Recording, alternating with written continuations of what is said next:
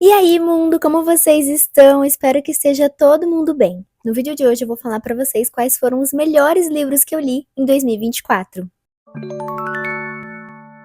Em 2024 eu li 127 livros, e desses eu escolhi os 16 melhores. Não consegui fazer um top 10, nem um top 15, porque esses livros que eu vou falar aqui hoje, eles realmente me marcaram muito. Foi muito difícil também decidir uma ordem entre eles, né, porque eu vou falar assim, do melhor pro mais melhor de todos. Então lá pro final do vídeo que eu vou falar do meu top 1, livro de 2024, né, mas realmente foi quase impossível fazer essa ordem, eu tô ainda meio indecisa. Só os 3 melhores que eu tenho certeza, né, daquele pódio. Mas depois disso também embaralhado, eu amei todos. Eu já postei um vídeo esse ano falando sobre as minhas métricas e estatísticas, né, das leituras que eu fiz ano passado e também as premiações, né, qual foi o melhor livro, o pior livro, o maior, o menor, a surpresa, a decepção. Eu vou deixar aqui nos cards aquele vídeo. Só que aqui nesse vídeo de agora eu vou falar de toda essa lista, né, de todos esses 16 que foram os top do ano passado. Eu vou tentar não me estender tanto sobre cada livro, porque senão esse vídeo vai ficar muito longo. Vou falar minhas impressões e por que vocês devem ler, mas assim, sem tagarelar.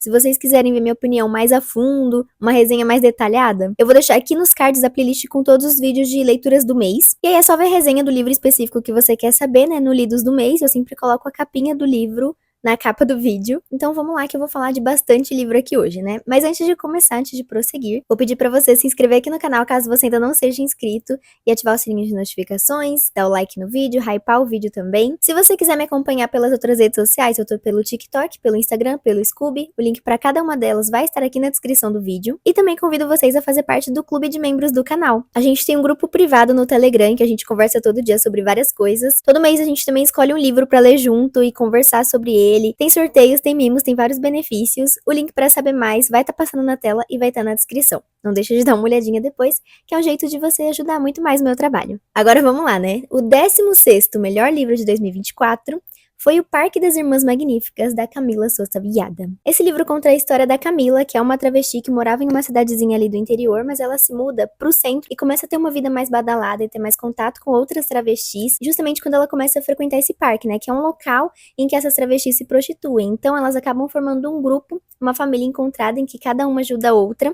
E ao longo dos capítulos dessa história a gente vai conhecer tanto a história do passado da Camila, né, tudo que ela sofreu, os abusos, a repulsa da família, além de costurando nos capítulos a vida de cada uma dessas travestis do grupo, né? A gente vai conhecendo as individualidades de cada uma. Vai ser um grande mergulho bem poético na vida delas, porque ele é um livro que mistura realidade com um certo toque de magia, né? Ele é um livro de realismo mágico. Então é realmente um livro muito bonito, né? Essa é uma história sobre dor, sobre resistência e sobre o que realmente é ser uma travesti na Argentina, a desumanização que elas sofrem, mas ao mesmo tempo é um livro que mostra a beleza, as cores, as alegrias e as esperanças da vida delas, né?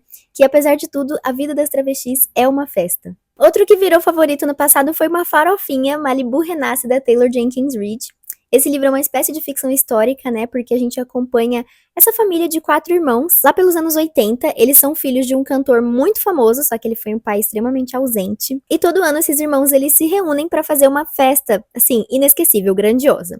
E aí o livro ele vai intercalando, tem parte que é no presente, em que a gente vai acompanhar eles planejando essa festa, eles se reencontrando, mas ao mesmo tempo tem muitos segredos, cada irmão tá enfrentando alguma coisa diferente, eles têm seus conflitos internos, tem traição, tem fofoca, tem barraco, e também tem os momentos do passado em que mostra os pais desses irmãos, né, como eles se conheceram, como eles se apaixonaram. Esse livro aborda muitos assuntos, né, abandono parental, o peso das expectativas, né, que é colocado nos filhos também, trabalha muito bem tudo que se propõe, toda essa relação entre irmãos é muito bem construída, o fardo que essa irmã mais velha carrega por ter tido que criar os irmãos, e o poder dos recomeços também, inclusive o poder do perdão, de um jeito que funciona muito e muito dinâmico, principalmente quando chega no final do livro, em que o babado muito forte vai acontecer nessa festa, então a gente fica desesperado querendo saber um final, é uma leitura que voa. Também foi um livro que eu adorei ler ano passado. O 14º é Helter Skelter, um mangá japonês, que é um thriller psicológico com drama, que vai falar dessa obsessão pela fama e pela beleza. A protagonista é uma modelo famosa que já passou por diversas cirurgias pra ser do jeito que ela é atualmente, e ela se sente também muito pressionada pra continuar sendo essa figura marcante, ter essa beleza e tá sempre à altura do que a sociedade espera dela, ao mesmo tempo que as mulheres da sociedade também se sentem pressionadas pra ser parecida com essa modelo. Então é um mangá que traz toda essa crítica social, né, essa problematização da indústria da moda, dos padrões de beleza inalcançáveis que são impostos pela sociedade e de como a gente tá sempre insatisfeito desfeito com o nosso próprio corpo, as inseguranças, a cobrança. É uma leitura muito intensa, ela é estranha e meio maluca também em alguns momentos, né? Aos poucos, essa modelo, ela vai ficando extremamente sobrecarregada com essa pressão e preocupação com estar sendo sempre relevante e preocupada de ser substituída ou com envelhecer. Mas depois de todo esse desgaste físico, mental e financeiro dela, a gente vai acompanhando a sua decadência. Seu corpo começa a reagir mal aos inúmeros procedimentos estéticos, né? A gente vai vendo as consequências de todas as inúmeras cirurgias que ela fez. E ela vai ficando cada vez mais maluca, cada vez mais abusiva.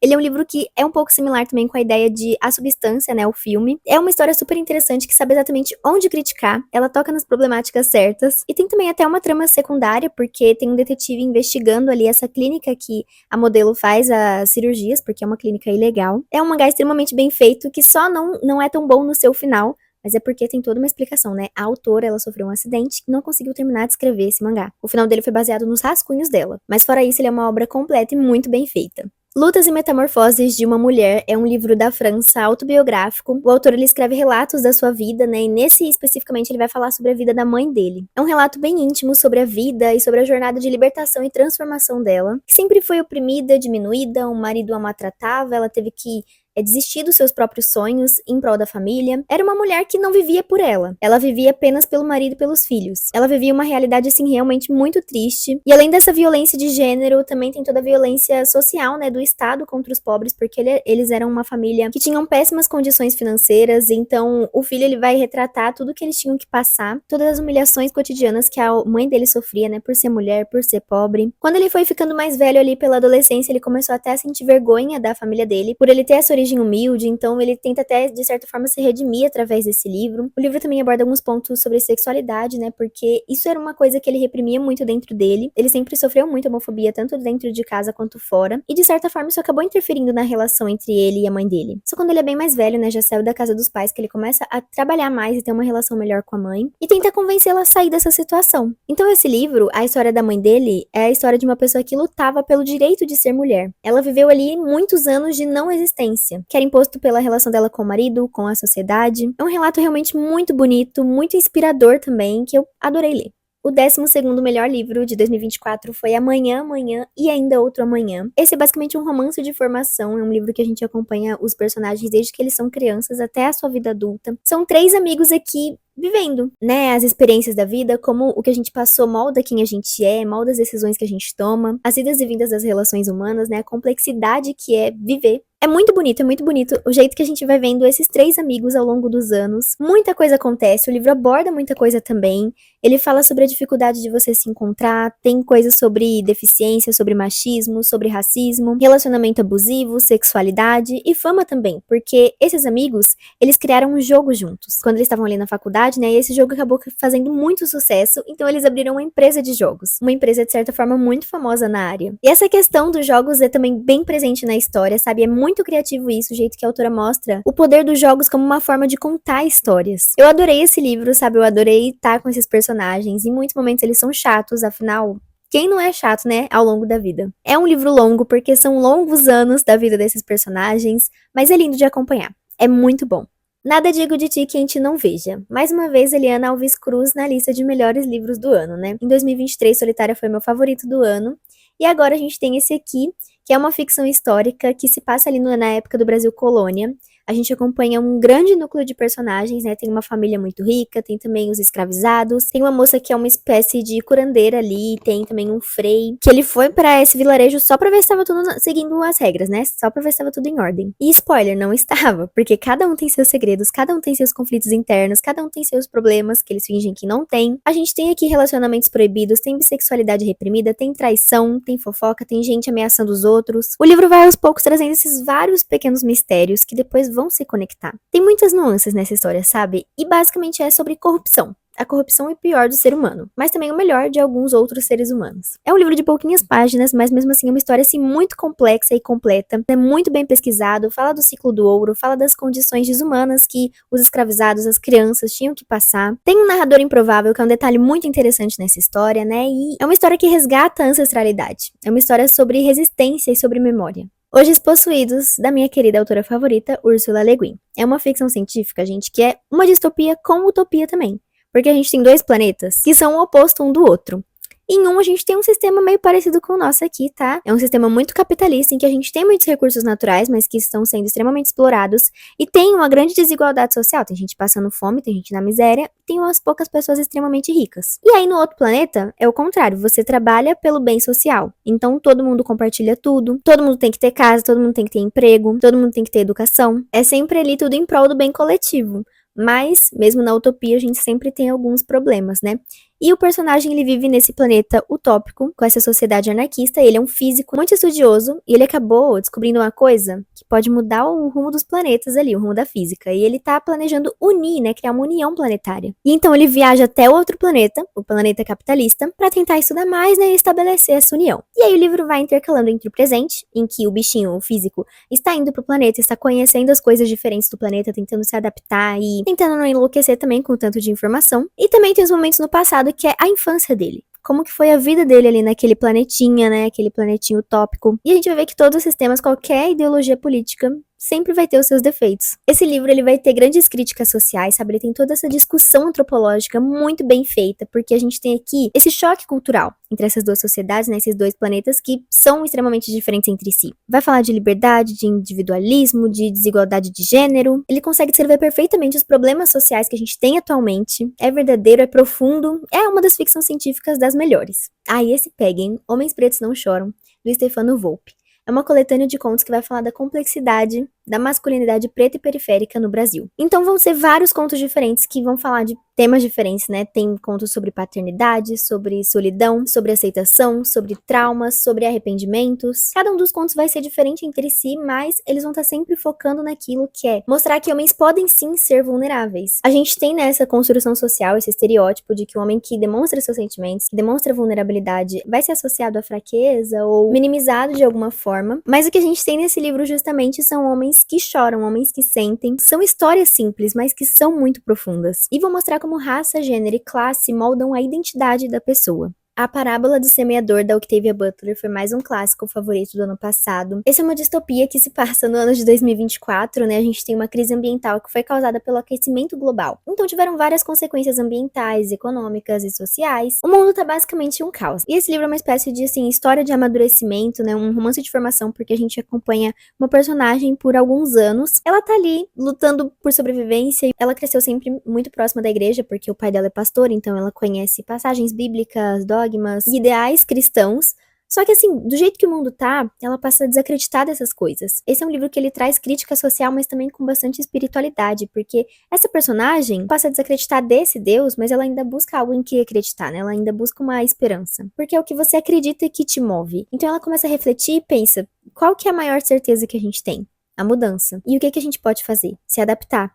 Então, ao longo da história, ela vai fundamentando esses pensamentos dela e desenvolvendo essa crença. Essa história, ela não tem uma grande virada, né? É mais essa grande jornada de vários personagens. É muito bem escrita, é muito interessante a gente acompanhar essa personagem durante todo esse livro, as reflexões que ela vai fazendo ao longo dessa história. São coisas que vão ficar com a gente, sabe? Que a gente vai ficar pensando também por muito tempo depois. Há um Lugar para Mim na Casa do Meu Pai. Esse aqui é mais um livro de não ficção, escrito por uma jornalista aqui do Brasil. Ela viajou até o Malau em um campo de refugiados, levando com ela algumas máquinas de costura, né, para criar uma oficina, para que essas pessoas pudessem tirar uma renda. E ela acabou vendo como aquela realidade era, assim, miserável, sabe? Essas pessoas não tinham pátria, não tinham uma certeza de futuro nem do dia seguinte. E então ela decide escrever esse livro, né, pra mostrar tudo o que tá acontecendo lá no Malawi. Lá nesse campo de refugiado, a gente tem refugiados de diversos países que foram obrigados a fugir de suas casas, né, por muita violência, perseguição étnica, perseguição política e sexual, pessoas que tiveram todos os seus direitos violados. No início do livro, ela dá umas contextualizadas da história desses países, né, a origem desses conflitos internos que a gente tem, o contexto político e social, né, um pouco mais sobre a colonização de exploração que a gente teve no continente africano, todo o abuso que os nativos sofreram ao longo de muitos anos e como essa história é sempre apagada, né, a história que é contada é a história dos colonizadores, e depois disso a gente tem os relatos, né, que ela coletou, ela foi conversando com diversas pessoas diferentes ali. São histórias extremamente cruéis, extremamente pesadas, as pessoas contaram isso ali de um jeito muito emocionante, se abriram realmente pra jornalista. É tudo muito visceral. É um livro que foi extremamente bem pesquisado, bem estruturado, bem construído, que necessita ser lido, sabe? Pra que a gente possa conhecer a verdadeira história e dar voz a essas pessoas. Agora que Ele Se Foi é um livro jovem contado em versos, que também foi um grande favorito do ano passado, né? A história, ela é uma espécie de homenagem a um acidente de avião que aconteceu, acho que ali pelos anos 2000, A gente acompanha aqui duas irmãs, duas protagonistas. Uma é da República Dominicana e outra é dos Estados Unidos, e elas compartilham o mesmo pai, mas não sabem.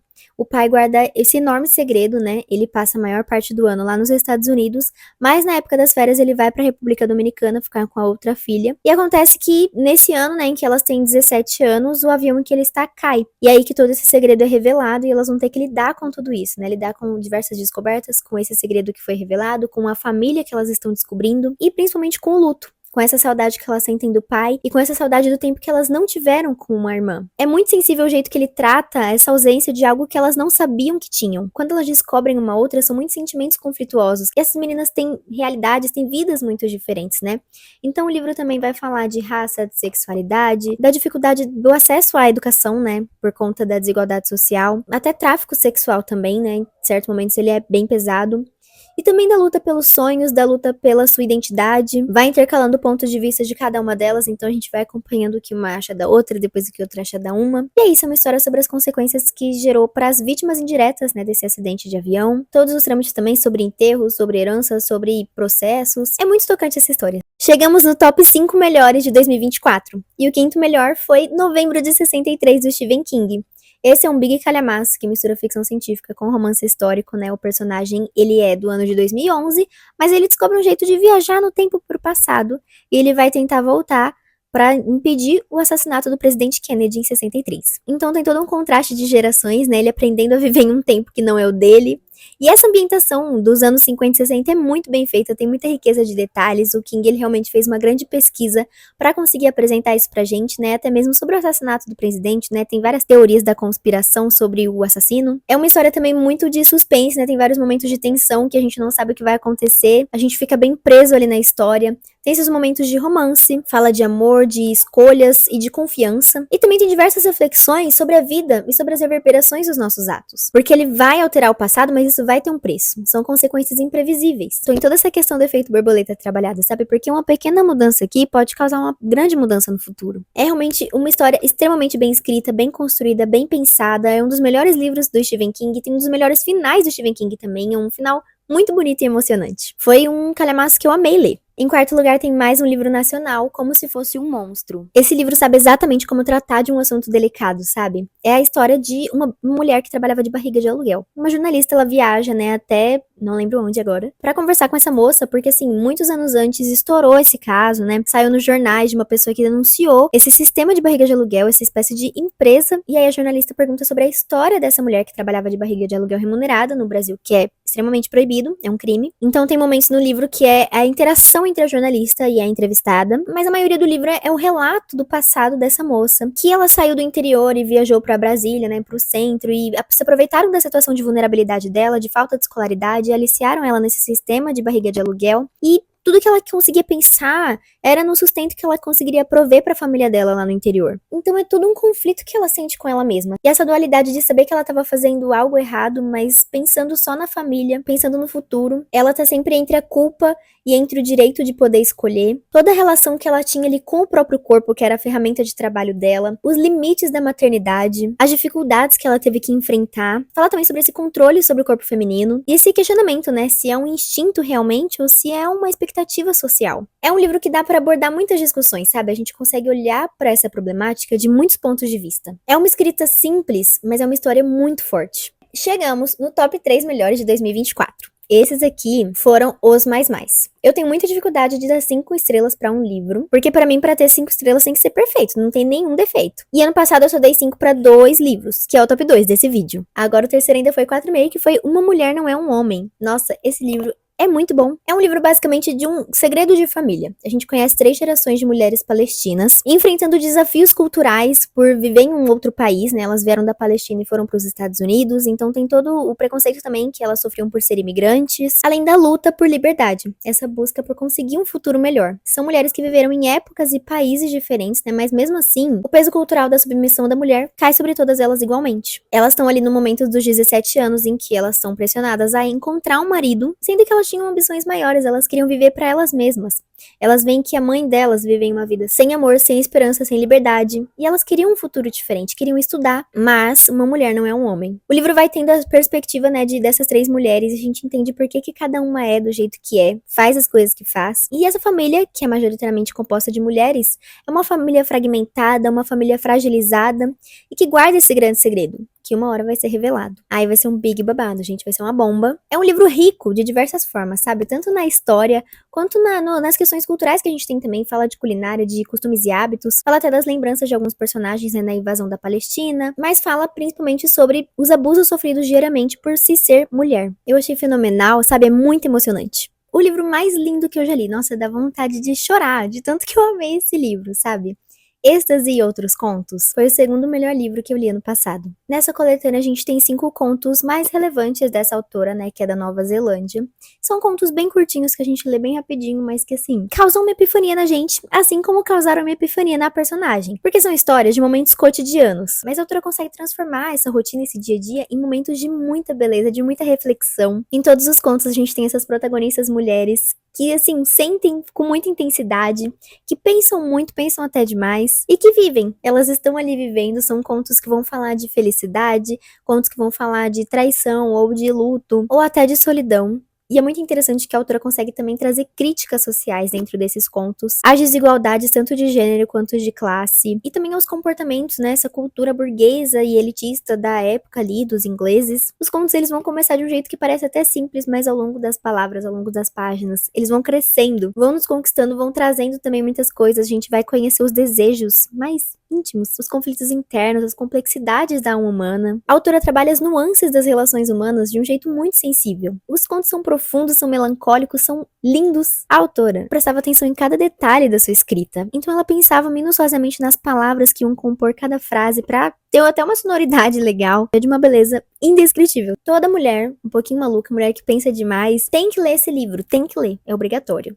E por fim, o número 1, o melhor livro que eu li ano passado e também um dos melhores que eu já li na minha vida, foi Terra Sonâmbula, do Mia Couto. É um livro que se passa em Moçambique durante um momento de guerra civil. Então a gente tem todo esse cenário de guerra, de busca por esperança. Moçambique lutou muitos anos pela sua independência, e quando conseguiu a independência, surgiu esse conflito interno. Foram basicamente 30 anos de guerra contínua. Então é um país que tá devastado, que tá desestruturado. Uma guerra que não queria só tirar as pessoas daquele país, queria também tirar o país de dentro das pessoas. Deixar as pessoas sem pátria em todos os sentidos possíveis. Então é nesse cenário, é nessa ambientação, inclusive muito bem feita, que a gente conhece os 2 protagonistas, né, um menininho e um velhinho. Eles são sobreviventes, eles são viajantes, eles estão buscando por recursos melhores. Eles passam ali por uma rua em que tem um ônibus carbonizado e decidem se abrigar por ali. E eles acabam encontrando uma mochila com vários diários, vários cadernos, e quando eles vão ler, eles descobrem que é a aventura de um cara, o Kinzu, que é um outro personagem, que ele partiu em uma aventura em busca dele mesmo. Tem fábulas, lendas, mitos e histórias dentro dos diários do Kinzu. Ele passou por muitas aventuras, muitos ensinamentos, e é lendo, né, as histórias desse cara que o velhinho e o menininho, eles encontram forças para continuar. Então é uma história dentro de histórias, né, uma história em que realidade e sonhos se misturam. Tem uma narrativa muito onírica, que tem essa pegada de realismo mágico, né? O autor, ele utiliza de diversas metáforas para registrar a realidade das pessoas que estão vivendo nesse país.